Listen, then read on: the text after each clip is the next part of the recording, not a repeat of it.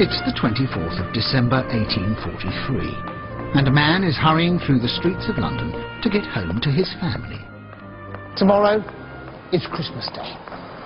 But if you were walking through the centre of London, you'd hardly be aware of it.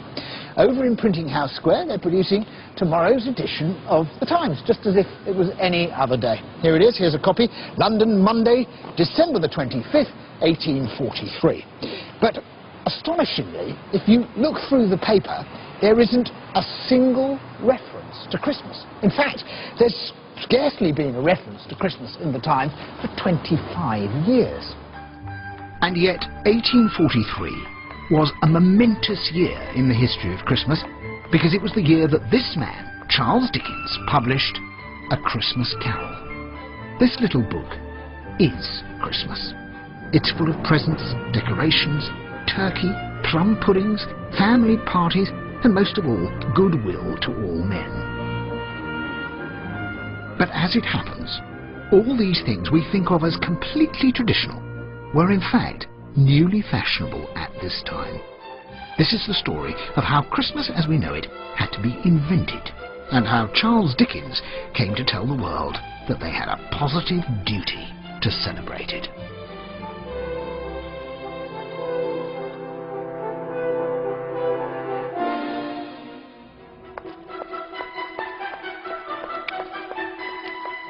Charles Dickens is heading home to celebrate the season. But what sort of celebration is that going to be? And what sort of man is he? He's hurried home to his rather comfortable house not far from London's Regent's Park. And he's going to do what quite a lot of well-set-up Victorians like to do at this time. It's new and it's fashionable, and it's to celebrate a private family Christmas. In his writing, he summons up a picture of overwhelming enthusiasm. Then the shouting and the struggling, and the onslaught that was made on the defenceless porter to despoil him of brown paper parcels. The wonder and delight with which the development of every package was received.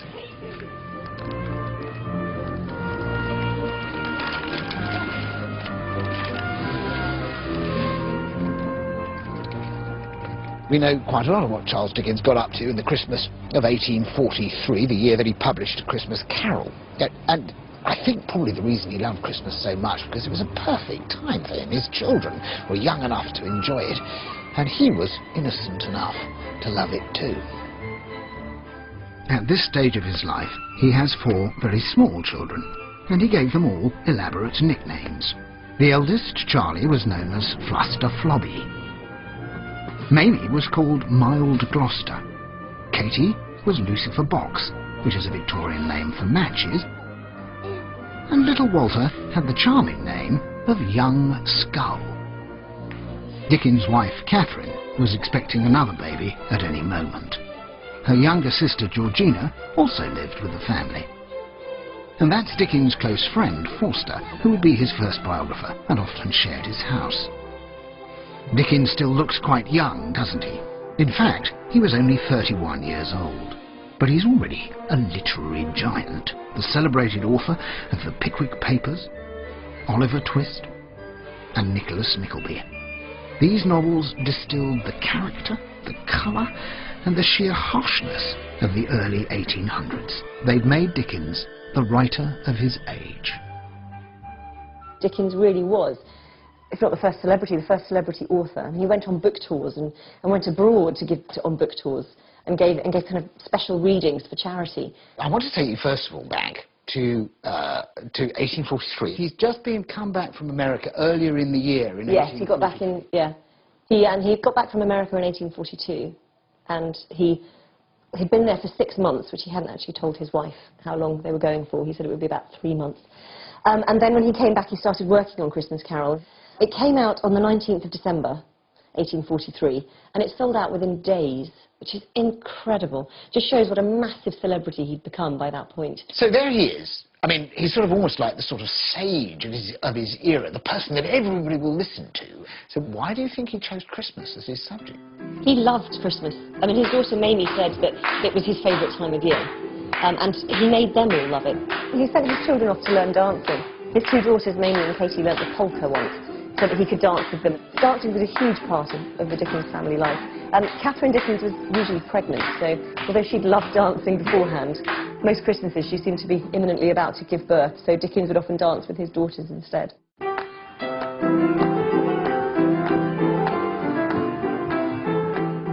And this year he was planning his biggest Christmas celebration ever. As well as dinners, games, and magic lantern shows, his week would include a party for all his friends, there would be a trip to the pantomime at the Haymarket Theatre, and it would end with another huge party for his son's birthday. One of Charles Dickens' own rules of Christmas was to make every conceivable effort to entertain his family and his friends. He'd even gone to the bother of buying a complete set of conjuring tricks from a professional magician. He spent hours rehearsing and preparing for a show.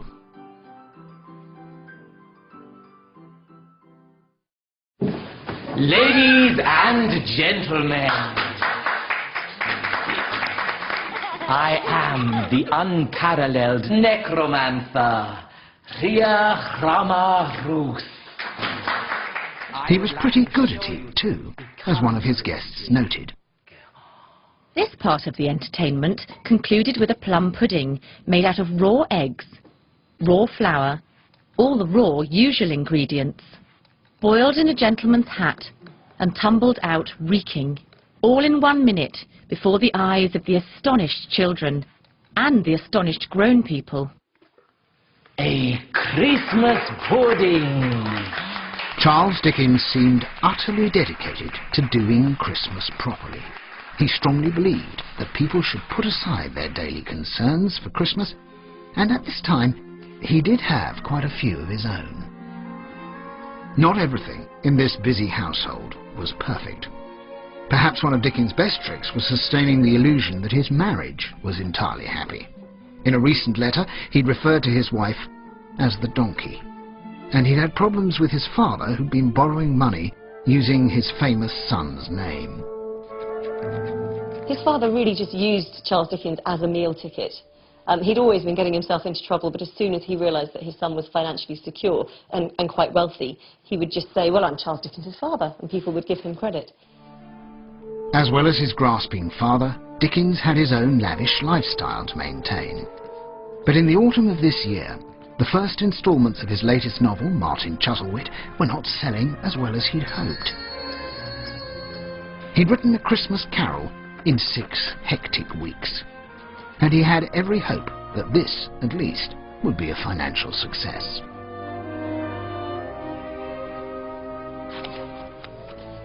This very Christmas Eve, he received some rather heartening news from his publishers. In just 5 days, A Christmas Carol had sold 6,000 copies, an astonishing figure. It looked like it had netted Dickens a small fortune. Or so he thought. As it happens, he'd been a little too lavish with his ideas for the illustrations and the design of his book.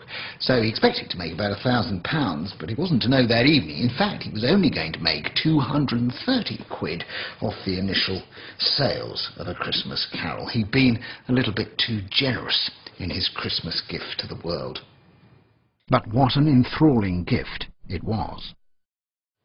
The curtains of his bed were drawn aside, I tell you, by a hand, and Scrooge, starting up into a half-recumbent attitude, found himself face to face with the unearthly visitor who drew them.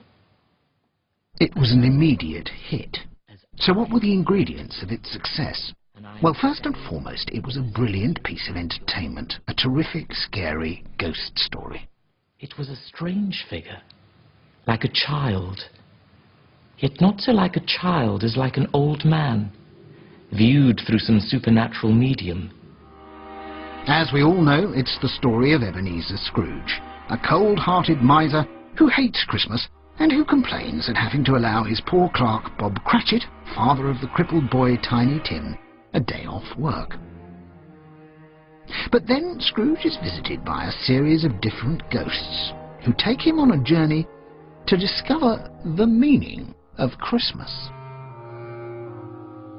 Are you the spirit, sir, whose coming was foretold to me? asked Scrooge. I am, Who and what are you? demanded Scrooge. I am the ghost of Christmas past. Long past? Inquired Scrooge. No, your past. The ghost takes Scrooge back to look at his childhood, when he was able to enjoy Christmas, before the love of money took over. He calls Christmas a humbug. One reason for the book's success was that it had a powerful message. There was a ghost in front of him. It's a message that children still respond to today. It was about a man who was really angry and hated Christmas and hated everything and didn't want to give anyone money. Then these ghosts came of Christmas and showed him what would happen if he kept doing this. When he was with the ghost of Christmas past, it showed him like what he was doing in the past of Christmas, and with a Christmas present, it showed him like everyone all together enjoying Christmas, and in the future, when everyone was talking about his death, they was all happy. So he thought, well, everyone hates me, so I've got to be a better man. I like the end part, like when he suddenly changed and he woke up, he just started being nice to everyone. It's basically saying if you don't enjoy yourself, other people won't enjoy themselves. And the moral is what goes around comes back around. Dickens' message was popular with the highly moral Victorians. In the year after it first appeared as a book, there were no less than 8 different theatre productions of A Christmas Carol, and the story has been performed countless times since, on stage and on film. Patrick Stewart has done both, and knows that adults find as much in it as children. I think that the secret of it is the second chance. And particularly this is something which affects middle-aged and older people. The sense that no matter how much you've screwed up your life, and Scrooge is a success in financial terms, he's done terrifically well, but in every other possible way, his life is a disaster. In humanitarian terms, in personal terms, in fulfillment, in relationships, it's calamitous, his life. And then he's given this great gift of being shown where he came from, how he started, and gradually what he has become, and the impact of what he has become has had on other people. And he's allowed to take a step back and change himself. And I start to get emotional just as I think about this. And of course this is a Shakespearean theme too. He uses this similarly, in which somebody is given an opportunity to change their life and to make that change have an impact on the world around them. I find that really potent.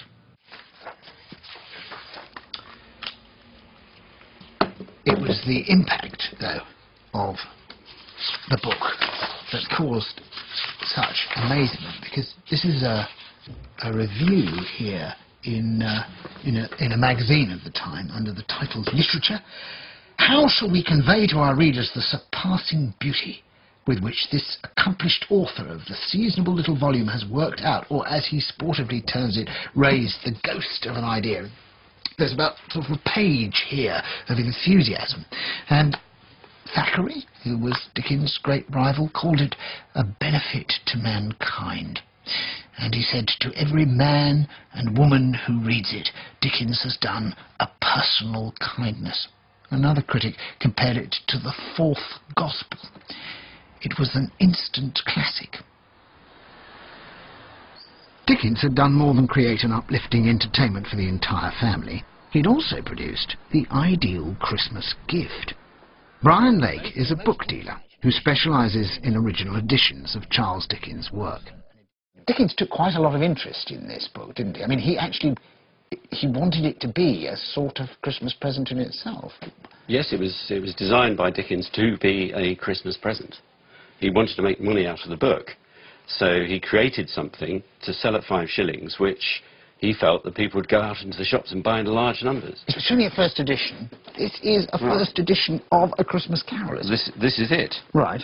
Dickens always spent a lot of time on the physical appearance of his books. He was always very concerned about how much they would cost. He wasn't just a writer. He was very much concerned about how it was going to be seen by the public. Initially, he wanted to have green title page and green end papers. You can see this didn't work. It starts to rub off. So the next version was with yellow end papers. But all of them are made with this rather beautiful attention. We've got a 2-colour title page. Absolutely unique to Christmas Carol. And the expense of hand colouring basically killed the book commercially. All of the colouring is done by hand. It's done by rows of women sitting, applying different colours, and therefore became a very expensive process. So the fact that when we come to visit a bookshop just before Christmas, and it's absolutely groaning with books ready for Christmas, that's all really down to the success of this book.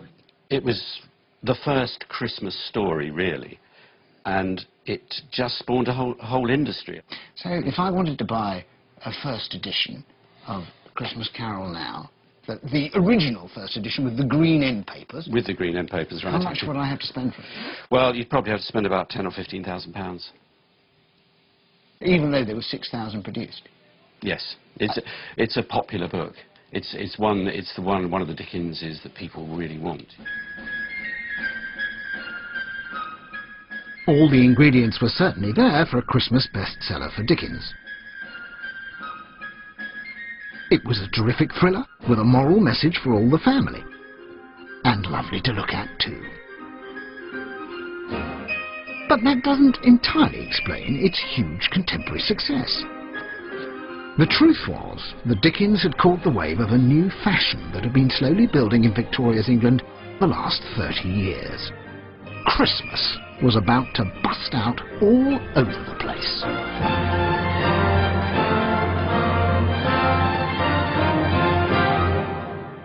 1843, the year that A Christmas Carol came out, was clearly an annus mirabilis for Christmas, because it happened, coincidentally, to be the same year that the very first Christmas card was published. And here it is. And it shows a family holding up glasses of wine, enjoying Christmas. It could pass muster as a Christmas card today, the very first one.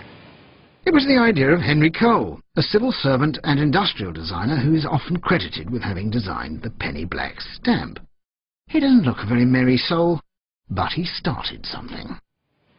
Now, Henry Cole was obviously far too busy to send Christmas greetings to all his friends and acquaintances and business associates. So instead he wrote a Merry Christmas and a Happy New Year on a handy piece of cardboard, and so the Christmas card was invented. In little more than 30 years, 4 million cards were being sent every year. It became a fashion, then a craze, and then a tradition, just like A Christmas Carol. The Victorians were hungry for Christmas ideas. Especially the comfortable people of the middling sort, as they called themselves. Dickens was one himself. These were city dwellers who wanted the chance to enjoy themselves. They wanted to have a proper Christmas. But what sort of Christmas was that?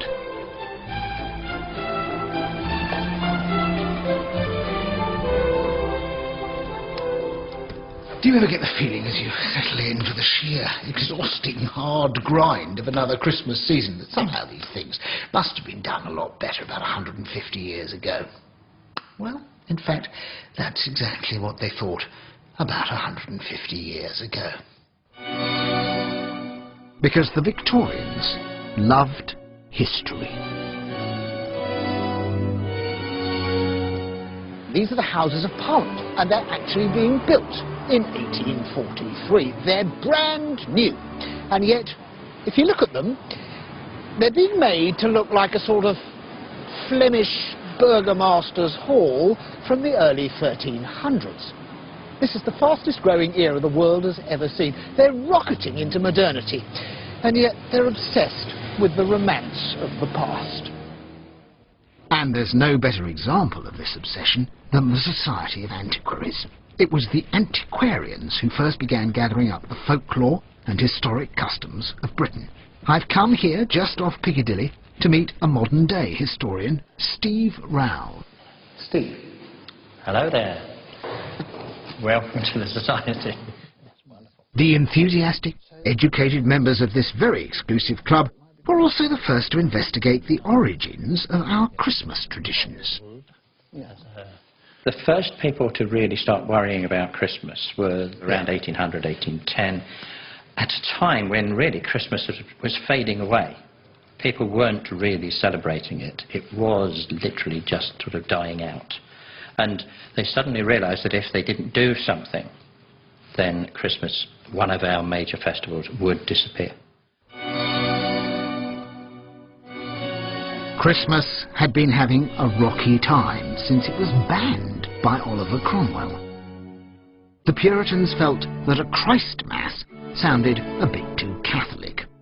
Christmas pudding was actually made illegal in 1647. The festival was restored with the monarchy in 1660, but it was never quite as popular. Then, at the beginning of the 1800s, the antiquarians got involved. And what they did was they said, well, let's get back to old Christmas. With an E? With an E, of course. Yes, that's right. Oldie Christmas. Oldie Christmas. Yes, that's right. And that's when it started, the movement started, not only to bring back Christmas, but to bring back the spirit of old Christmas. The way Christmas used to be That's done right. in my grandfather's day. Or even before that, in Merry England. Mostly it's set in Elizabeth I's time. That's when England was strong, England was happy, England was merry. But Steve believes that some of the more ancient customs that the antiquarians wrote about are simply myths. And what about the idea that holly and ivy, that's a sort of, that's part of a pagan ritual for bringing in things alive into the dead season? Well, no, it wasn't. The answer is we don't really know. There's so little information from pre-Christian times about what happened at midwinter that it's assumption. And the mistletoe, because of course I understand the mistletoe is some sort of druidic sexual fertility ritual. Is that true? No, again, there's not the slightest shred of evidence there. In fact, quite a lot of slightly dodgy different Christmas traditions were gathered together around this time. Some were used, some were not. We all put up mistletoe, but we don't dress up as barnyard animals or shoot pistols at trees on Boxing Day, some of the other customs that the antiquarians gathered in. The Victorians took what they wanted. And what these new city people wanted was whatever reminded them of a joyful old village Christmas in a manorial hall. The world they'd left behind, in fact.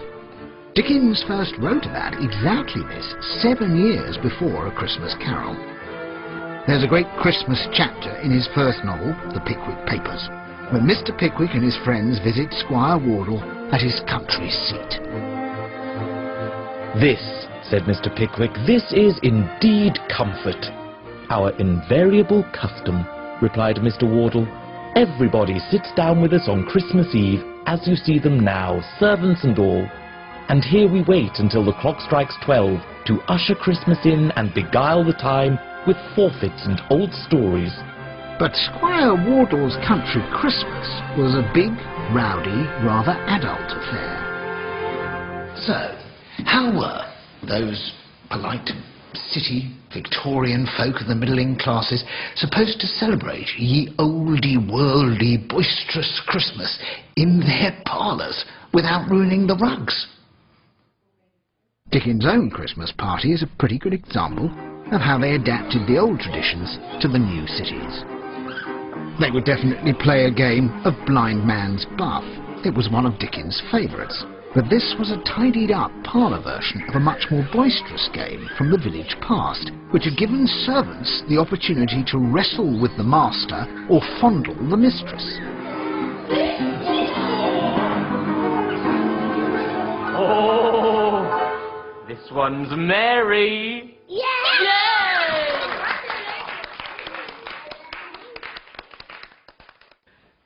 And when the adults kissed under the mistletoe, it was the custom right up to the end of the century to take a kiss for every berry on the sprig. And there's a wonderful description in the Pickwick Papers of all the girls running off to hide behind the sofas in case they get caught, because this was a way of getting up close and personal, when up close and personal generally was pretty difficult. So, games, mistletoe. What about the other things we do at Christmas? I asked historian Daru Rook, and it seems that when it comes to traditions, the Victorians went shopping around all over the place. But Daru, if I'm decorating a Christmas tree today, I can go mad.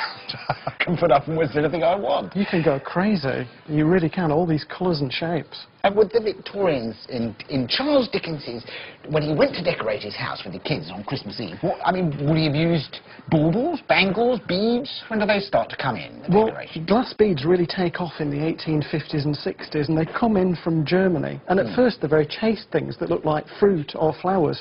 But then by the end of the century, you can get model airships, famous actresses, the whole lot. It takes off into kind of crazy. People start. It's extraordinary, isn't it? Because one of the other things is that you don't get in Christmas decorations. You don't have minimalist Christmas decorations, do you? Well, you can in shops and things like that. And sometimes I have been into an architect's house and there's just a sort of one-coloured thing down there. But generally, when we go for it for Christmas, however sort of decorous we are, when we go for Christmas, we go completely wild, don't we? I think that's very much in the spirit of the 19th century house, though, when you think about it, with its reflective pier glasses, its gas lighting, its gilded surfaces. This is the middle-class home, I'm adding. Right. It's all about this excess, really, and Christmas is still very much Victorian excess. Would they have had stockings, Christmas stockings in them? Not in Dickens's early years. Right. They come in via France and America in the 1870s and take off then. Though I think they really intended you to hang up your own stocking, not have something embroidered and glamorous quite like that. I see, right. We like to think that many of these things are of English, oldie English origin, but are they all of old English origin? Well, very few of them are when you think about it. I mean, look at the cracker, for example. That comes in the 1840s, invented by a confectioner. It's based on a French idea, but it's a modern English invention to go bang and give you an interesting message.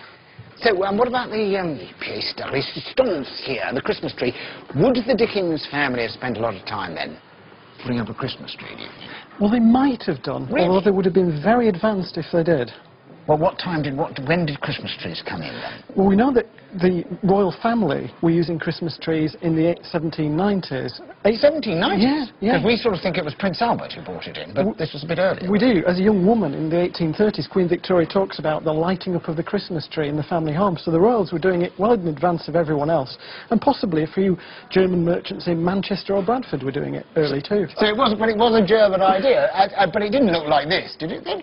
Well, no. It was a real Christmas tree brought in, and people were quite creative at that time about how they used them. Queen Victoria used to replace the chandeliers with Christmas trees hung with lights. Some people put presents on the tree, but periodically they caught fire, and ultimately the presents were just put around the bottom. It was constantly evolving through the Victorian period. Isn't that a fascinating idea, that the royal family there were right in the forefront of ideas? Because we sort of associate the royal family with old tweed jackets and things which are a little bit old-fashioned these days. Well, Victoria and Albert really do set the tone of the ideal couple, and what they do in